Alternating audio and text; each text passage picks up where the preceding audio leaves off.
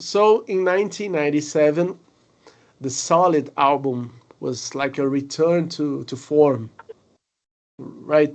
And It what a was relief! What a relief! yeah, okay, let's say that was the first try. Then came a second try, and then the third try was again, that's where we are. That was holy. So the first two albums to me are still a little bit shaky. It was like, Really, yeah, I mean, it's good songs on it, and it's uh, man.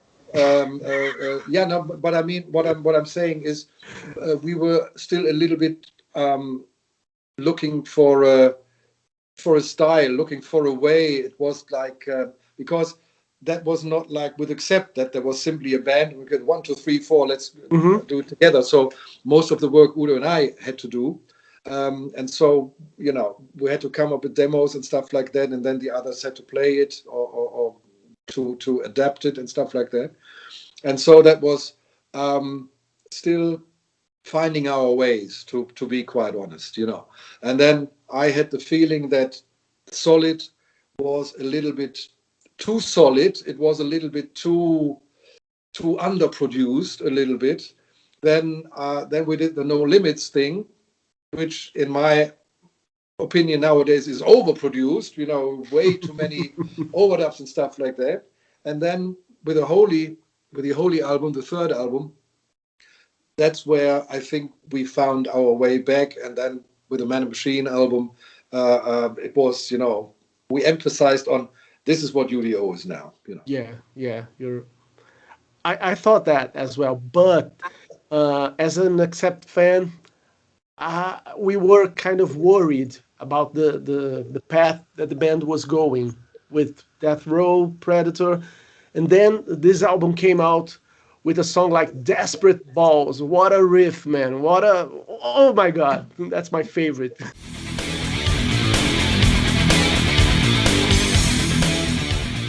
The Punisher, Bad Luck, Hate Stinger. Uh, it's a five-star record in my book, Yeah, all yeah, yeah, yeah, around. yeah. No, no, Yeah, no, yeah. no. Don't get me wrong. I also like the songs. I'm saying I'm talking about production and sound and arrangements and stuff like that. That's what I'm talking about. I mean, the songwriting is always, more or less that's the way I write, or that's the way we write. That's. Hmm. Yeah. But it was like searching for the dress the music is in, because it was not Accept anymore. Of course, it was Udo's vocal, um, but we didn't have, basically Peter and Wolf was missing.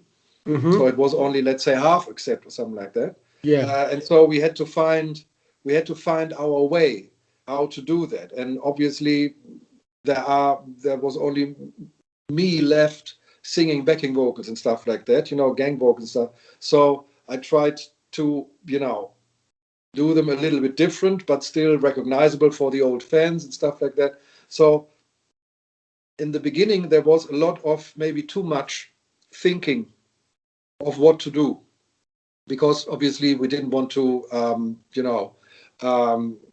give the fans a bad impression. We wanted, to make music for the fans. And so the first two records was a little bit too much thinking. And Hmm. then on the Holy album, I mean, what you can tell with the lyric, I'm holy, I'm so fucking holy. That was again simply like, yeah, let's just play and do it. And that's when I thought, okay, we arrived at a point where we have a consolidated style for UDO. Hmm. Nice. On those two records, I hear a lot of modulation effects on the guitars, right? On Solid and No Limits, a lot of chorus. And I thought it sounded huge. And for a lot of times, I used it on my productions. Like one guitar, I don't put anything. The other one, I chorus and flanging. And Actually, that was actually those two albums were the first ones that were recorded partly digital with the hard disk recording system. oh, really? So obviously there were some tools I didn't have before, and I simply checked them out. So it was not a normal chorus on the guitars, but it was like because I still had a 24-track 2-inch tape machine, and I recorded it on the tape machine, everything, put it into the computer, and edited it, and blah blah blah. And then I found out that, and it was synchronized, obviously. So the computer system was synchronized to the tape machine, and so by accident, I hit play on the tape machine, and the guitar track on the tape machine and the guitar track in the hard disk recording system played at the same time, which obviously gives you a phasing because it's not, And so I thought, that's nice. Let's record this, And so a lot of like Hate Stinger is played in a normal tune, and then it's it's pitched down in the computer, which nowadays would sound totally normal, but back in those days,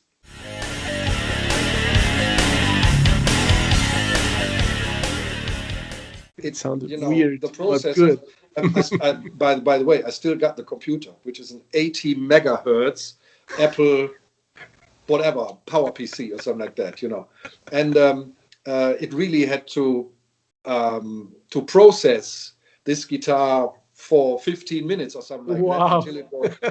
I mean, nowadays you simply hit blah blah blah and it does it. So what you said is a lot of those modulation effects and tuning effects and stuff like that was actually done with a hard disk recording system and a tape machine running at the same time. It was not like taking a chorus or taking a flanger or taking whatever. It was done like, whoa, that sounds cool. Let's do that. Record it on another track and stuff like that. This is how it all evolved. I still love doing that, because I still love fiddling around with, Marshalls and stuff like that, and put a microphone here and put a microphone there and stuff like. I still love to do things like that. But there is this, to me, very stupid saying, we're going to fix it in the mix. No, wrong. You don't fix anything in the mix. You either have a good signal right from the start, and then you put up the faders, and then you have a nice song, and then you have a nice sound, or forget it.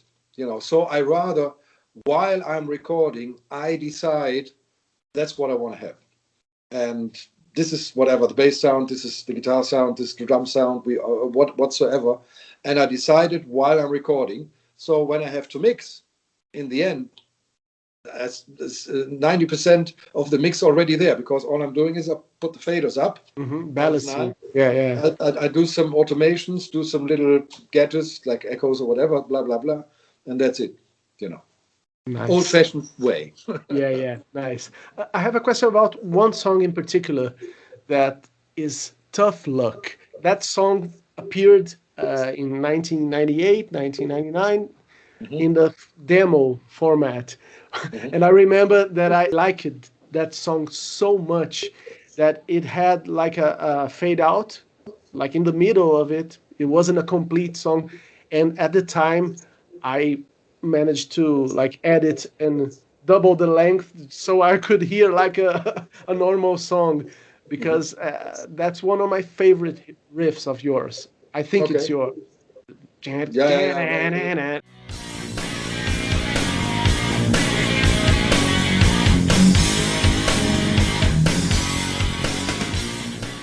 So my question is, why did it take so long for that song to appear on the Thunderball album? Normally it had to do with things like that the record companies worldwide to say, we want a bonus track and we want a bonus track, or we need whatever 2 bonus tracks for this single, or we have a special edition here, blah blah blah. So and obviously when you do an album, you don't write 12 songs. So you have like, I don't know, 30 or 40 songs there, record maybe 15 or 20 songs, and there are 12 songs on the album. And so back in those days, or still today, it's like that. A lot of those songs, they end after the second chorus, simply because we say, okay, let's see how they involve, and then we're going to decide later. And also nowadays you can work like that, because if you think that the song is strong enough, you can attach things, carry on with a solo part or with an extra part or with a bridge part or whatever, and finish the song. Back in the old days, that didn't work, with simply recording, but nowadays you can do that. So, and sometimes we, for whatever reason, I don't remember, to be quite honest, for whatever reason, we simply put on songs on some special editions, whatever, B-sides, vinyls, whatever, and simply release them. I remember that we did, I think from a song called Hardcore Lover, I think we did two versions of something like that, because I first recorded it with Matthias. Actually, he played the solo and he played all the guitars on this song, and it's also a song from he wrote the song, and then I think we re-recorded it, or I remixed it and did some stuff on it. So to be quite honest, I like things like that. We did it in the old days, like we had Generation Clash on Eat the Heat, and then we had Generation Clash on Death Row. Because we were not happy the way it was on Eat the Heat. Yeah, so you should have recorded the whole album again. Absolutely, yeah, that is true. But Generation Clash was something that we really liked, and so we simply did it again. And that's the good thing about us old musicians. We can do whatever we want. Yeah. So, and if I feel like I want to re-record, I don't know, Independence Day or something like that, then we re-record Independence Day and put it out. And if people like it, it's nice. If people don't like it, okay, but I like it, so I don't give a flying fuck. Cool. Can you tell me a little bit about the band, the Peter Dirkschneider band? Oh, okay, very nice. Very nice. You produced two of their albums, Bootlicker, and the other one, I forgot the name, High something. But did you have a hand in writing any of High Proof? High Proof. No. I didn't write. They wrote all the songs. I mean, I did produce it, so maybe here and there. It is your sound, right? Yeah. Okay, but okay, it was done in my studio, and it was done with my Marshalls and stuff like that. Or actually, no, it was done with Engels. But okay, when I produce it, it always kind of sounds, this way. No, but they that was the songwriting was all from their side, and maybe here and there I said, oh, maybe you can do another chord here, but I didn't write anything on that. Nice. What about the resemblance? The voice, the voice is practically way too similar. And you, as a producer, you just went for it and let's do it like we would do in U.D.O, or were there talks about, oh, let's try something different here so it won't sound... No, basically, I mean, as a producer, you should try to emphasize on what the musician is best at. So, and not to try to change him or her. And so Peter Dirkschneider, he sang the way he sang. So I recorded it properly. I produced it properly, did the arrangements and stuff like that. But that's the way he was singing. So there was no thinking about, we shouldn't be too similar to Udo, or we have to change it because it should be similar to Udo or whatever. So it was simply, that was the way he was singing. That's the way I produced it, recorded it, and that's the way it was. So there was no, and I mean, it was more or less a hobby of Peter. He never intended to be a professional musician or to be in a professional band and stuff like that. So that was, it was a lot of fun. It was good musicians, good drummer, great bass player. Actually, it's Make, who also helped us out a couple of times in Russia. I remember that Then Fitty's father died when we were on tour, and he had to come back. The bass player of Venice, he helped us out on tour and played the rest of the Russian tour and also some European gigs for us. So it was a very good band, but none of them wanted to be professional musicians. So that's why we haven't heard of them since. Exactly, it was a fun project, and they did some gigs, and everybody enjoyed it. Nice. Fine, thank you very much. Right. Well, let's talk about the Holy album. So fucking holy. Yeah, at that time, I remember getting the album, and it was like the package itself, the booklet, and it was a different level, a new level of greatness. Yeah. And songs like Shout It Out, Thunder in the Tower, State Run Operation, and the amazing favorite Ride the Storm. I love those key changes so much. You mean Raiders of Beyond? No, Ride the Storm. Ride the Storm, okay. Yeah, okay. Ride the storm, now and tomorrow, faster and so far. Ride the storm. That bridge where it goes, it keeps modulating down. Yeah. Oh, I love that. And the guitar sounds very different than the two previous albums. What happened there? You already said that you have you have found your identity as a band, but I mean, sound-wise, what happened? Was there a change in the studio or in your mindset? No. It was the same studio and it was the same recording equipment. But I got, I think it was then when I got my Explorer.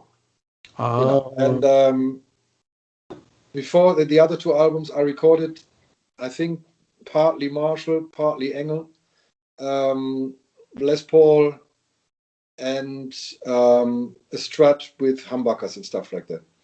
And and I also played those guitars live, and still checking things, and because that was the first time I was a professional guitar player, to go out, and I never had guitar equipment. So I first had to find out, what I wanted to play, what represented. What is your sound? Exactly. Yeah. And so I think it was around this time when I got the Explorer and thought, this is fucking great, it feels good. And I had the old Marshall model number 1987, not year, model number. And it was a 50-watt Marshall with a Bogner tuning. And actually, I still got this Marshall up there. And that's a 2204 with a Bogner tuning. And that's also and the 1987 is still up there. So I had this, and I said, okay, I only want to record with this Marshall. And so both rhythm guitars were done with the Explorer and with the 1987 Marshall Bogner tuning. And that was more or less it. What was more important was that we found the normal way of songwriting again. Because I think that, okay, it's good songs on Solid and on No Limits. But on Holy, it was more like the normal, straightforward songwriting again, also with much more space for the individual instruments. So as I said, No Limits was a bit overproduced with way too many guitars, in my opinion, nowadays. And I mean, like Holy, when the song starts, it's actually the same guitar track. I put the guitar back and played it quiet. And then when it came in, I turned it on and played the song on. So it's not like produced like, okay, I make a separate track for the intro. And then, no, it was simply like, okay, and let's simply play it. And that was maybe,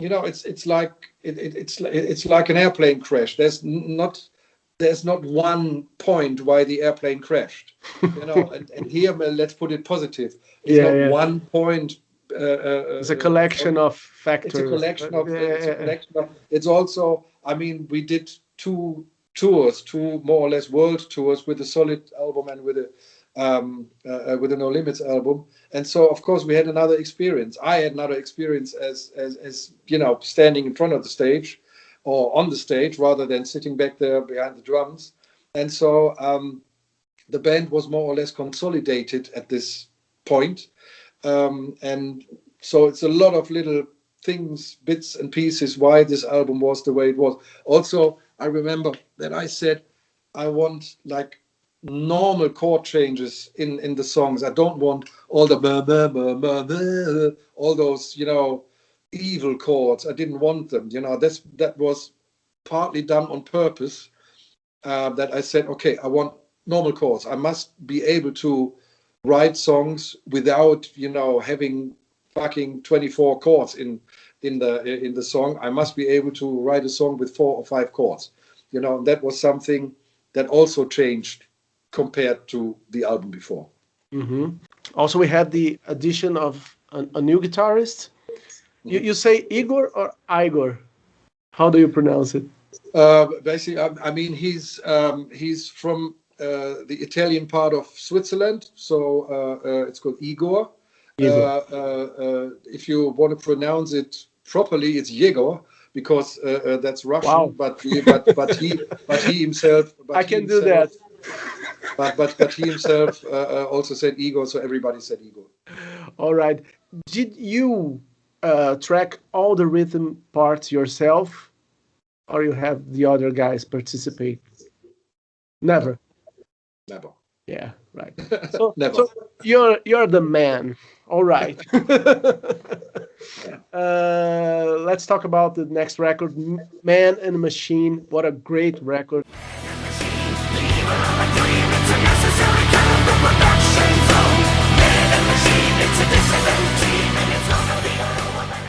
I love that so much. I really dig those drums on the title track. Those. What is that? Did you simply or you recorded it? Yeah, klar. It's simply it's 4 toms. How big? And I recorded it this size. No. It was normal. It was normal. 10. No. It was 12, 13, 14, 16.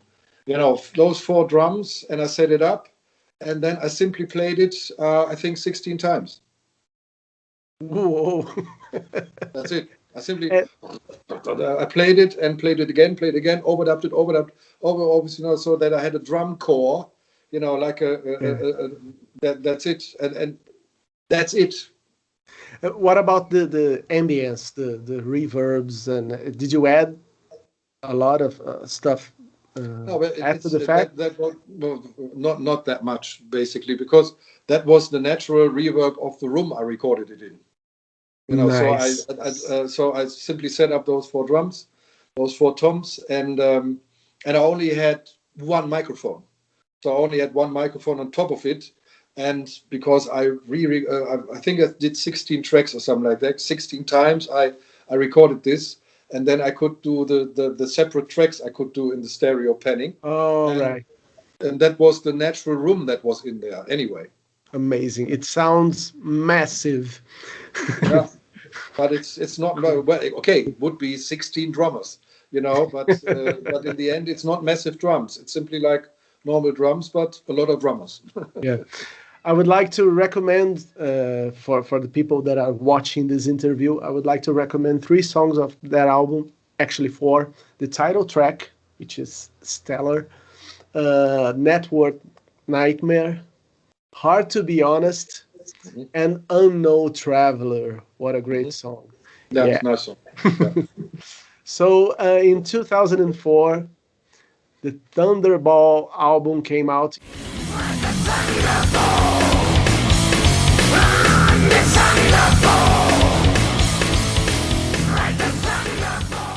You guys came to Brazil and you played a show here. I was right in front of you. watching that show. And I remember the album wasn't out yet. We didn't know the album yet. I think it was the first show of that tour. I don't know if you have that memory. And you guys opened with Thunderball and The Bullet and the Bomb, the two new songs right away. Again, an amazing album. We have finally Tough Luck on the album, and you guys put the Tough Luck 2 on the title, right? Yeah. Because that was simply because you had to do it because of the recording rights and stuff like that. So they have to, they have to, it needs to be. It's also Generation Clash too. Because otherwise the GEMA, you have the same thing. You have to give it some kind of a different name, and so that was the reason why. Yeah, nice.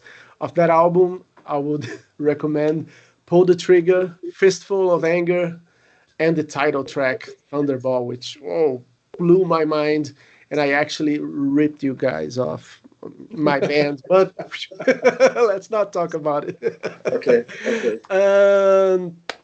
Next album, Mission Number 10.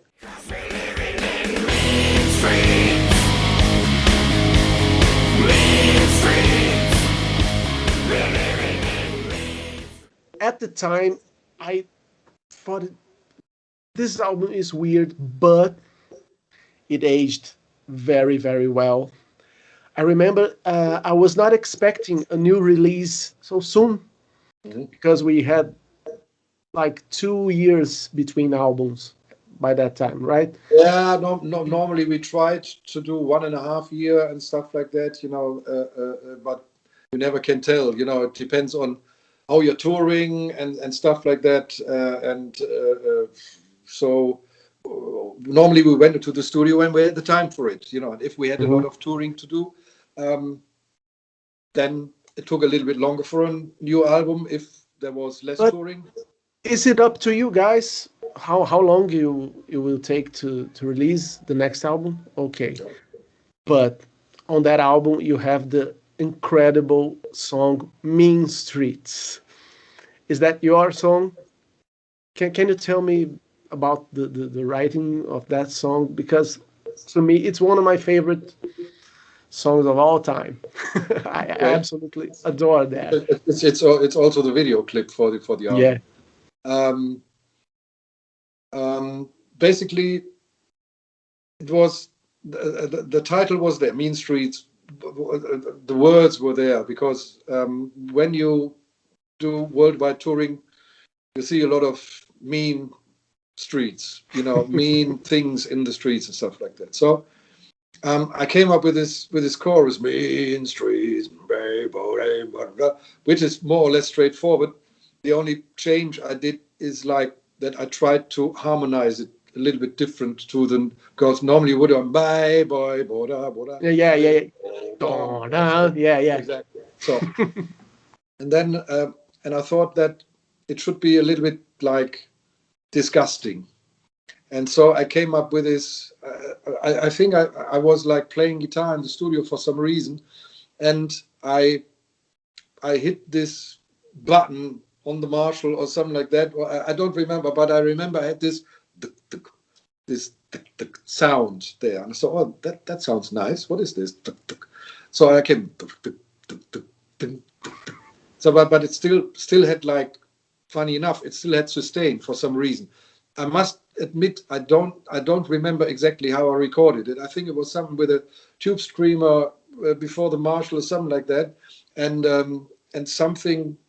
I think actually it was, of course it was the Explorer, and but I thought that sounds nice. Let's quickly record the rhythm guitar for the verses there. So this is how the song, and then obviously I said, Udo, you have to tell a story. It's not singing, and the usual stuff like, I don't know, heaven is hell. Both of the wall itself is also like talking, singing, talking vocals or whatever. And so this is how the song came across. That's basically all there is to it. I mean, there is not much more. There is this little bridge part, which is basically 2 chords, and then you have this kind of sing-along chorus. It was always good live. I mean, we played it a lot of very, very often live, and it's like very easily recognizable song, because when I start with Yeah. everybody knows. Yeah, everybody knows what's going on. So that was kind of a. Yeah, I also love the video. So in 2007 we have Master Culture.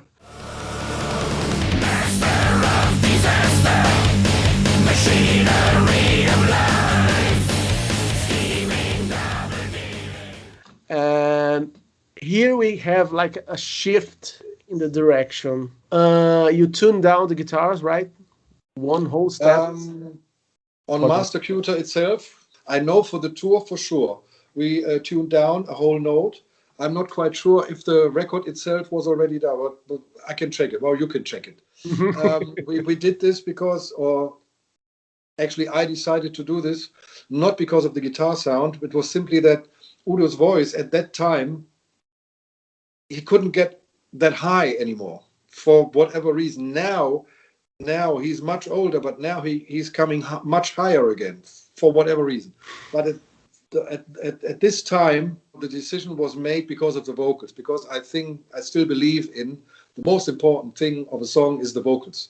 So if the vocals sound crap, it doesn't matter how the guitar sounds, Yeah. So I always emphasize that the vocals have to be perfect in the perfect range for the singer, whatever singer is, and back in those days, I could tell that Udo had some difficulties, with some songs, and so I said, "Come on, let's simply, tune down to D, so 2 half tones down," and so we did this, and then for sure the next 2 albums they were recorded this way, with the drop D tuning. I'm not quite sure if Master Culture is already drop D. I think I thought that Master Culture is still normal tuning, and then live we played it in drop D.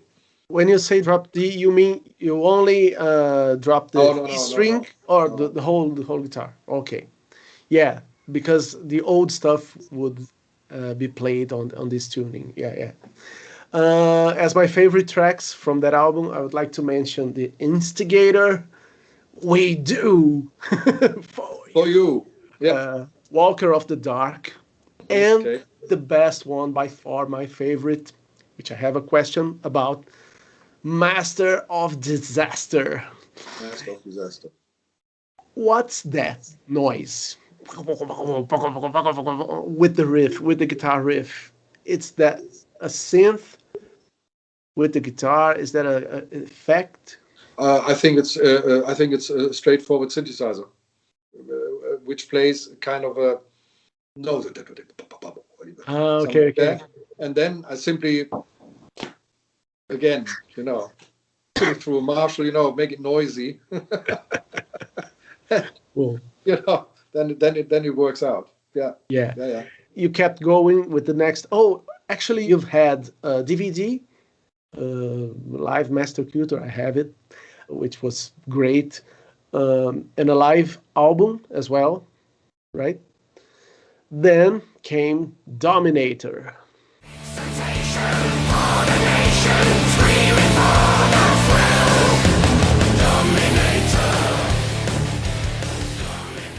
In 2009, another special record for me. And the gems here are the title track, Black and White, Infected, Heavy Metal Heaven, and the beautiful, beautiful Stillness of Time. What a great song. All your compositions, right? Man, thank you so much for... I've heard those albums so many times over and over. I really love them. Do you have any comments on that album specifically? But basically what a lot of fans call the Tour albums, which is Master Q Tour, Dominator, and Rev Rap Tour. I think that I, as a producer, got a little bit lost, to be quite honest, because I was relying a lot on the new hard disk possibilities that I had, because for the Master Cuter album I got a brand new system, everything brand new, bigger, better. There was no analog recording anymore, so Master Cuter itself was the first purely digital recorded album. And I think the worst part about those 3 albums is the guitar sound itself, because it suddenly was, back in those days I liked it, and Udo also liked it, so it was not a decision by myself, so both of us, we decided that. But nowadays when I listen to that, it's like, man, the guitars are well played, of course, but but the sound is not nice. And to be quite honest, I got distracted by the possibilities that I had. And it took me some time, it took me maybe another 5 years to realize this mistake, or these mistakes I did with the 3 albums. And since, I don't know, 5, 6, 7 years now, I'm using the normal, I'm using the high-tech stuff, of course, but I'm using the old-fashioned stuff again, like Marshalls and normal effect things and blah, blah, blah. And I'm using Pro Tools, as I said before, only as a tape machine and a mixing desk. And of course I have all my old effects now, like Eventide harmonizers and the Eventide flanger and stuff like that. So all the old-fashioned stuff, PCM 70, Lexicon, of course, all that stuff. That's what I'm using for the productions I'm doing now. And I remixed, just for fun, Rev Raptor. The song or the record? The song. Oh, okay. Because I still, of course, I got all the projects, so that's the good thing about digital. And so I put it on and simply put on my guitar sound from nowadays.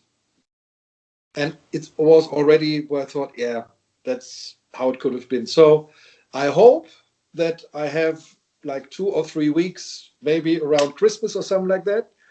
And then I said to Udo, I want to remix those 3 albums. I want to remix the 3 tour albums, Master Cuter, Dominator, and Rev Raptor.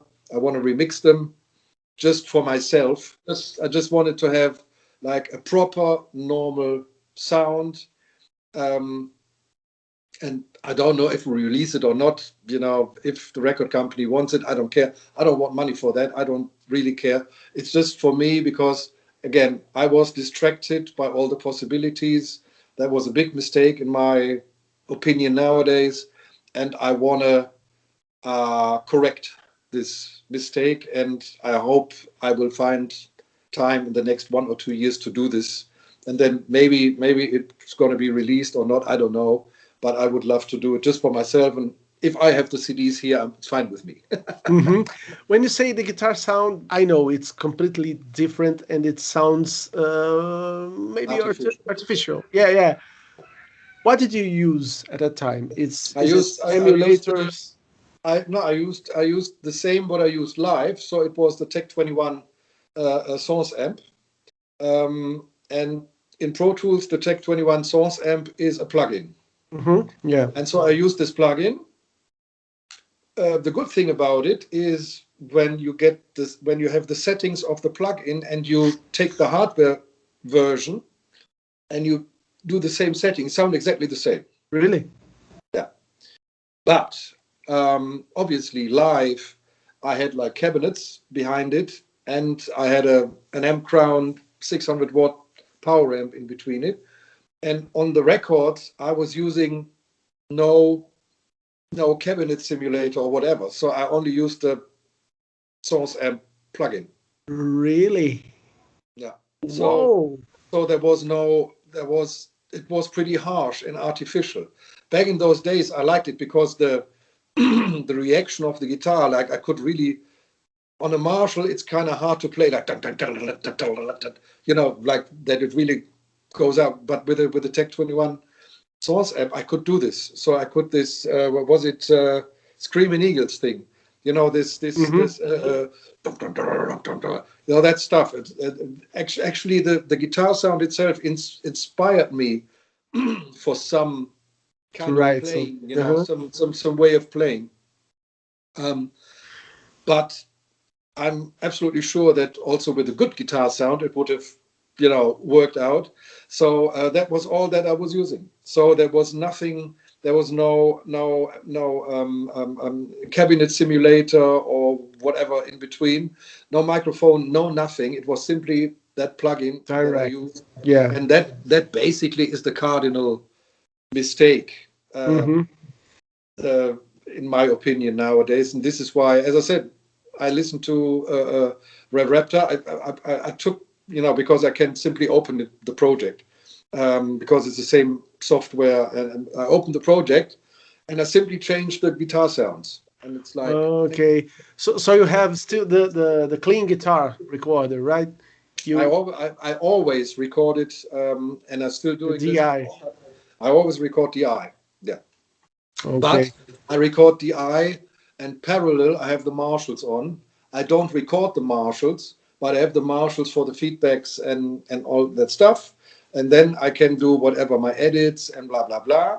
And then when everything is fine, I reamp it and run it through the Marshall again. That's what I'm recording. So basically, it's the same sound like if I would play straight into the Marshall and record it. But it's kind of nice to be able to, you know, edit and do some copy and paste stuff if you have another arrangement, or if you, you know, you play everything fine, but there's one note wrong. Okay, we can repair this, but you get a very nice feedback. You don't want to do the whole track again only because there's one note. So I want to have the possibility to work on the signals digitally, but in the end, then I want to have the proper sound. So I re-amp them then with a Marshall. Nice. That explains it all. So I'm gonna recommend some songs from Rev Raptor. The best song, Renegade.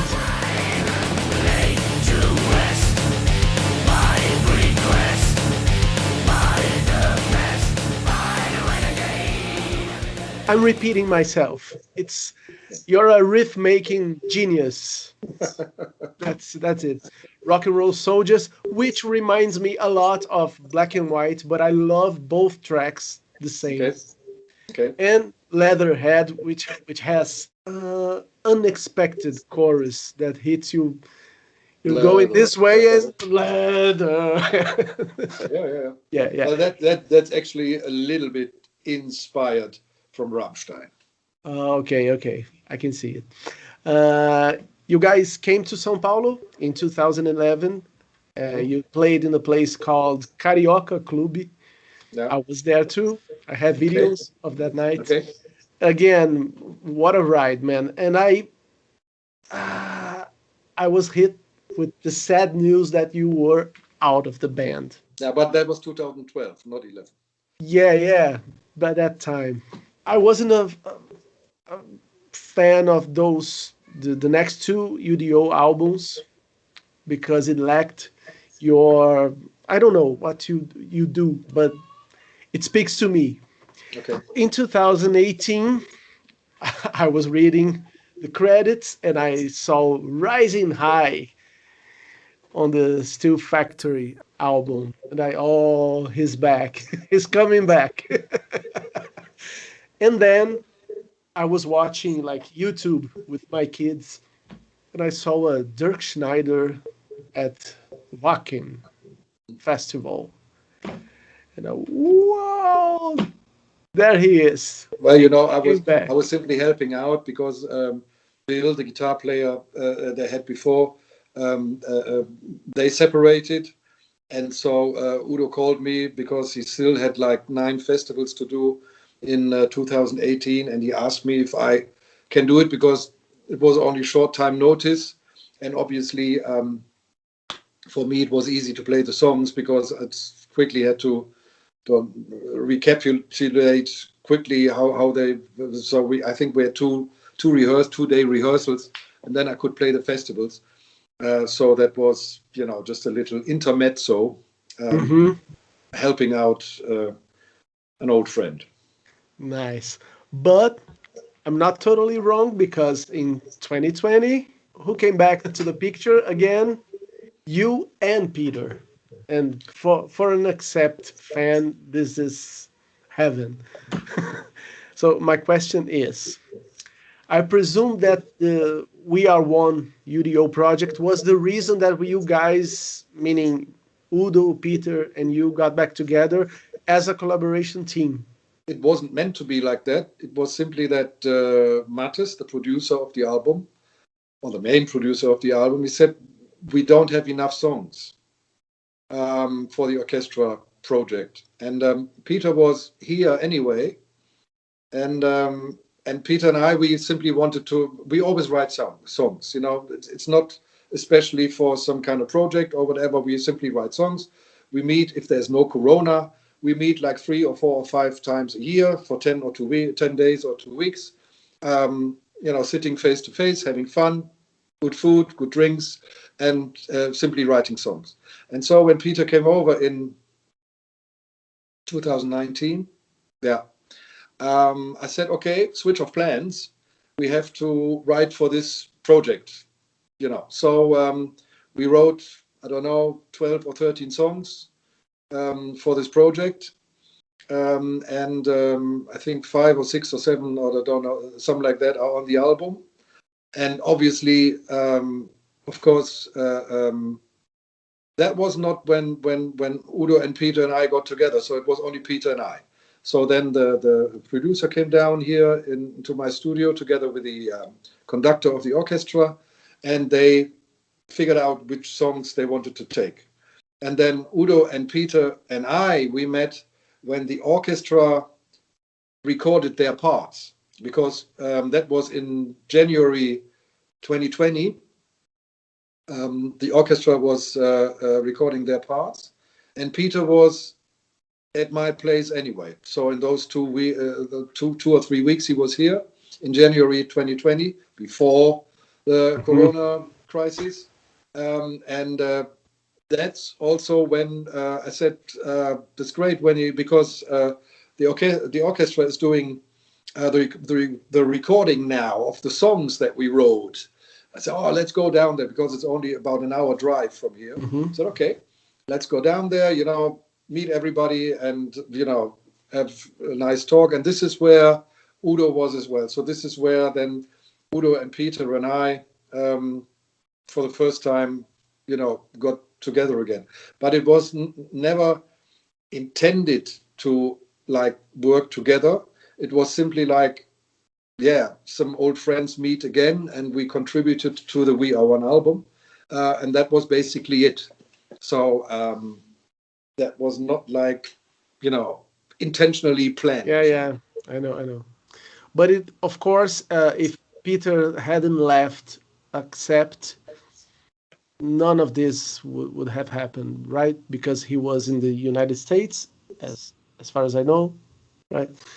Okay, from that album, I would recommend 2 songs, Blindfold, which is a beautiful ballad sang by Manuela, right? Yeah. And my favorite, Neon Diamond. Like a neon diamond. Okay. Again, it's not as kissing. It's my personal taste. Okay.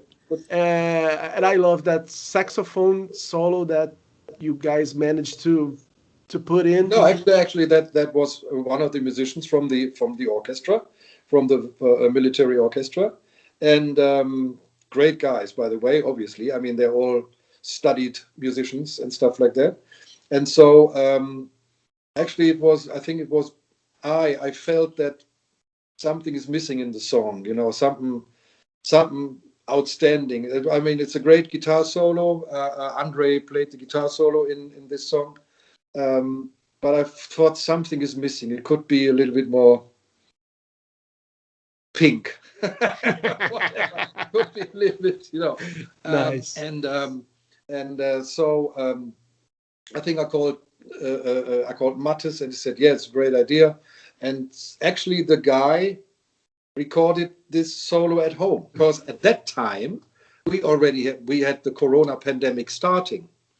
When we started mixing the album, the Corona pandemic started, and so it was like, are we allowed to go out? Are we blah blah blah? So everybody spread out, and we kept connected via FaceTime, Skype, or whatever. And the mix was done in my studio up here.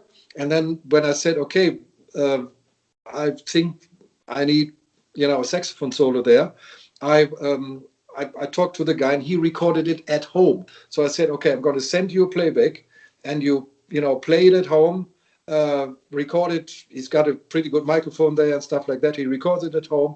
He gave us, I think, 5 or 6 or 7 versions of it, and then we put it in and stuff like that. So this is how that involved. So it was maybe our basic idea, but the guy came up with all the notes, All and right. we did all that up. I love that. But- Absolutely. I know.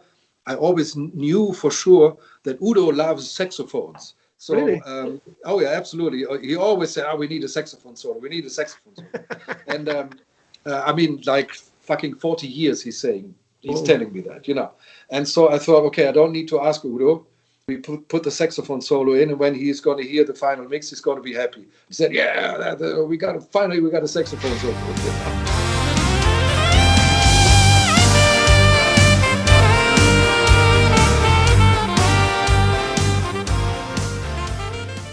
Of course, let's talk about this year.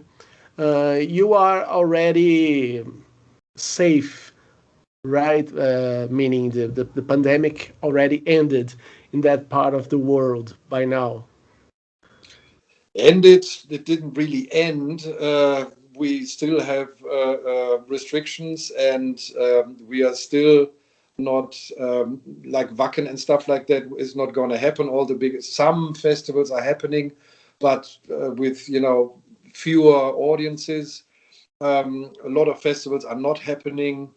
They are talking about how they can reopen the big venues again, with what kind of concept, blah blah blah.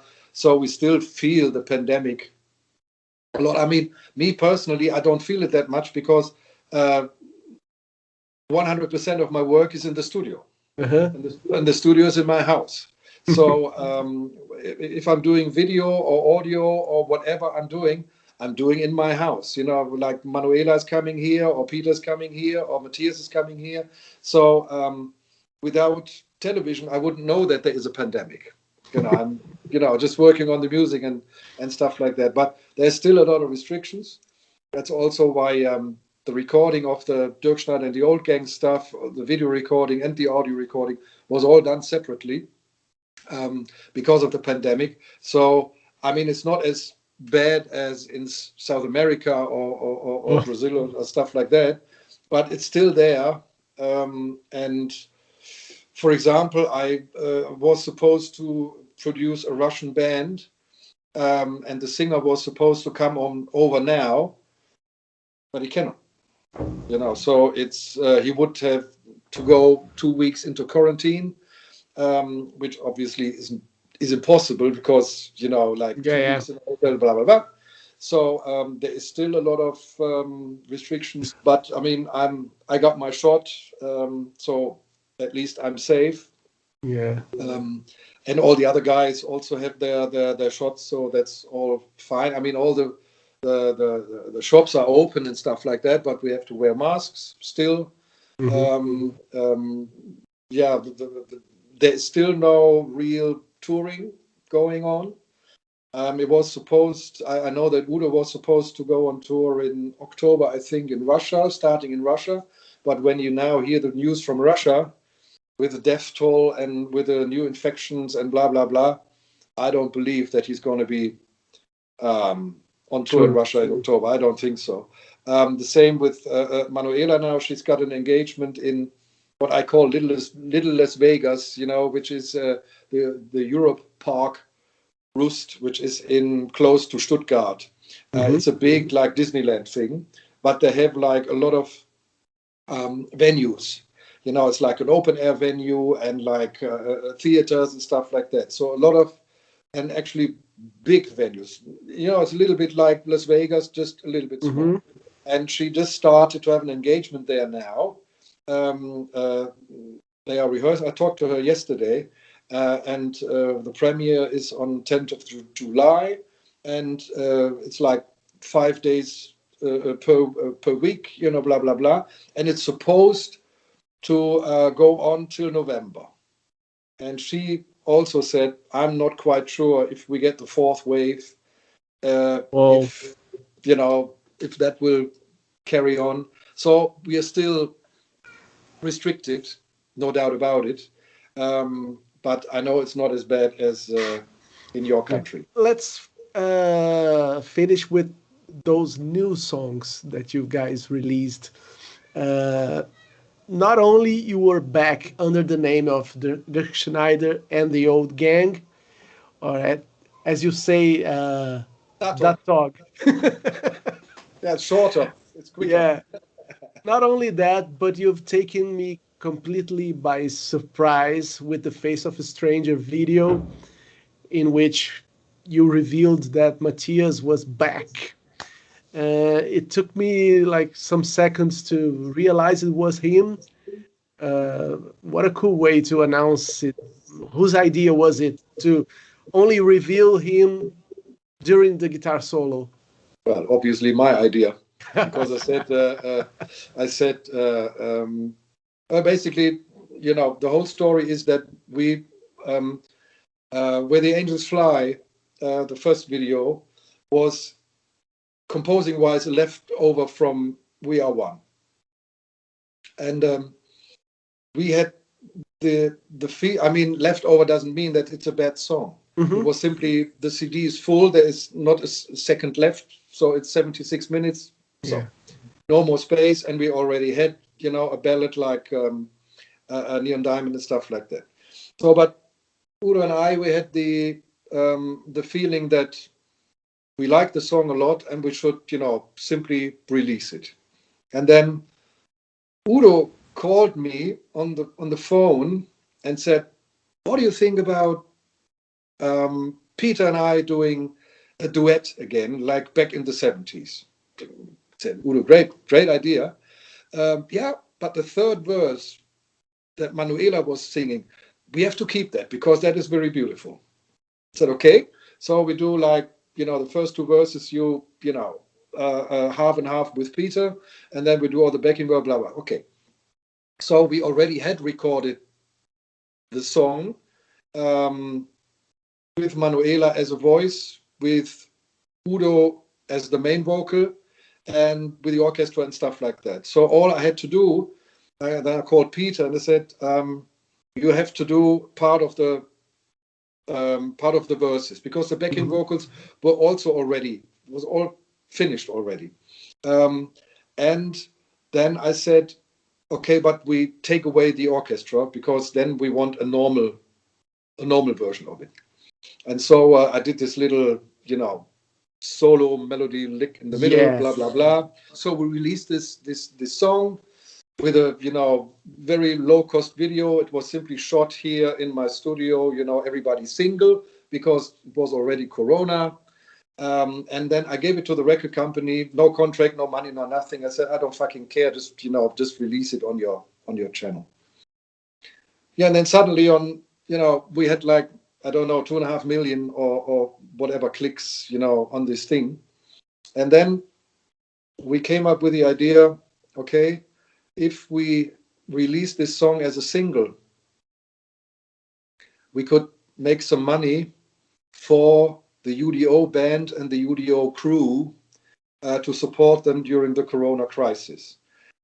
And I said, okay, if we really want to make, a little bit more money with it, so that we really can collect money for the band and for the crew of U.D.O, we should put on 2 new songs on it, so that the people really want to buy it, that they, So that was fine. The songs were roughly already there. As I said, Peter and I were always writing, and also Manuela and I, we are always writing. And so I said, okay, but on these songs, we need solo guitar. And I don't play solos. I don't want to play solos. I cannot play solos. Thank you very much. And I said, Whoa. I have a suggestion. No, I don't like my solo playing. Oh. And so I said, okay, the old gang is Matthias, because Matthias is U.D.O from the very first second. Yeah. And I said, okay, I'm going to invite him for dinner. Invited him for dinner, and we were talking, blah blah blah, this and that, and this and that, and this and that, and it was a long evening, and it was a lot of red wine and a lot of Argentinian beef, and so in the end, he was standing outside the door waiting for the cab, and he said, "Why didn't you simply ask me? I would have said yes." I said, "You asshole." Yeah, I said, "But I first wanted, the dinner," and blah blah blah. So, and what we did with the 2 new songs, it was like they were more or less finished from the arrangement and composing wise, and I knew where to put which singer. But the whole solo part was empty, and I did this on purpose. I said, I'm going to send you the song, and there's like 16 or 32 bars empty in the middle, and you come up with a solo. I don't want you to play a solo on the verse part or on the bridge part or on the chorus part or whatever. I want you to compose the 2 solos for the 2 songs and make them stand-alone parts. That's what he did. I think he did it great. He did it fantastic. He sent it to me as a little demo, with the harmonies. He sent me the harmonies so I could record my rhythm guitar for that. And then he finally recorded the stuff here in my studio, and I think he did an unbelievable job. It was simply like, what the fuck are you playing there? It's that. But it was also a lot of fun, because now, being old men, we can make fun about being old men, and that's why it was really, we enjoyed working together again after 30 years or something like that. He's my lawyer. So, and I'm always in contact. Oh yeah, of course, he's a lawyer. Yeah. So he's my lawyer, and he's my lawyer anyway. So and so we always had contact and stuff like that, and we met from time to time. But like actually really working together again, like back in the old days, like Faces World or Time Bomb or whatever, was a great experience for us. Actually, I filmed it all with 4 cameras. There are very, very funny moments on there. I think we're going to, sooner or later, we're going to release the funny parts that are okay for the public. Okay. There are also some funny parts that are not okay for the public. And but it was really fun. And as I said, I think he did a great job. It's also like on Face of a Stranger, Manuela came up with the second part of the verse. She's because the first part, Udo's doing the normal rock and roll, heavy metal stuff, and she came up with this totally different harmonies, which she develops on the piano. She always develops everything on the piano. She's a very good piano player, and then sang this thing. You mean that the future, na, na, na, that note, that major third, is that her idea? I thought it was Peter's. Because he sings the first time. But the whole second half of the verse is composed by Manuela. Not only that, but that especially. And I remember that for me, it was like, how the fuck do I play this on a guitar? So that I really can give the major and minors and stuff like that. So I played it actually on the baritone guitar, so that I could. Which is on the video, right? Yeah. Exactly, on this one, so that I could play all those funny things. But I think that this by the way, the six of us have never been in one room up to now.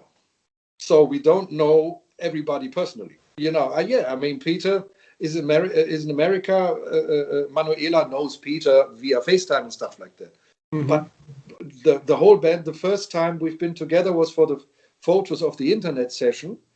But that was only the five of us because Peter couldn't come over because of Corona. So he did his pictures over there.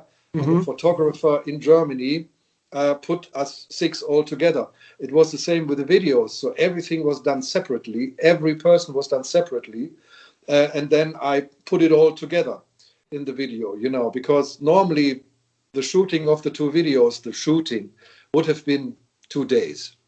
It took me 2 weeks just to shoot everybody single, and all that stuff. And it was horrible. It took ages and ages and ages. But in the end, we got a pretty good deal.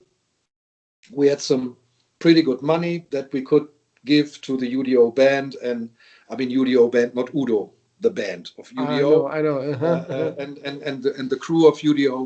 So we could. That's very nice of you. Yeah. So that was the basic intent of this single. By the way, I just got it yesterday. I got the single, the hardware CD single yesterday. Yeah. I have a final question.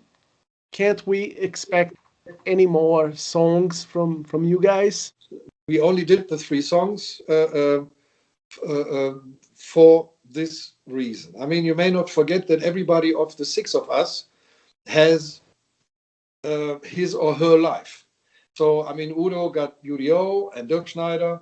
I got all my producing, video producing, and audio producing stuff. Matthias has a very great, how do you call it in English?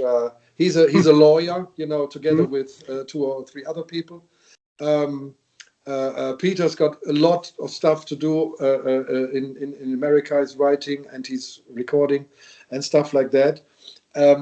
And Sven obviously is with U.D.O and Dirkschneider. And Manuela's got normally when there's no Corona, she's got about like 300 engagements per year. She's doing musical now and stuff like that. So I don't say no, and I don't say yes. It's because we don't want to put ourselves into any kind of pressure. And as I'm saying, everybody of us is always writing. So there is always songs there.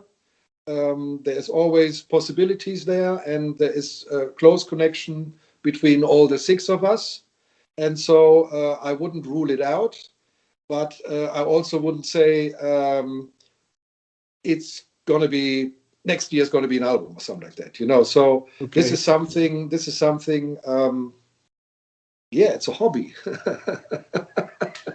I'm sorry. But I should say that I have a friend that is also a diehard fan of yours, and he told me exactly what I feel. We want to hear that, not the new Accept or new U.D.O. We want to hear more of that. Keep that in mind. And I keep that in mind. Okay. Yeah. Fingers crossed. Okay. Maybe one song, whatever. We're gonna be happy to hear anything from you guys. So, okay. Stefan, it was like a pleasure, and I couldn't think of a better person to interview. I have two musical heroes. Okay. You and Todd Rundgren, which okay. I had the chance to meet Todd. I played with him in the United States. So, mission accomplished. Thank you. Thank you very, very much for this chat. Okay. So, thank you very much. Take care, my friend. Okay. Thank you very much. Take care of yourself and keep on rock and rolling. Okay. Bye-bye. Bye-bye. Bye-bye.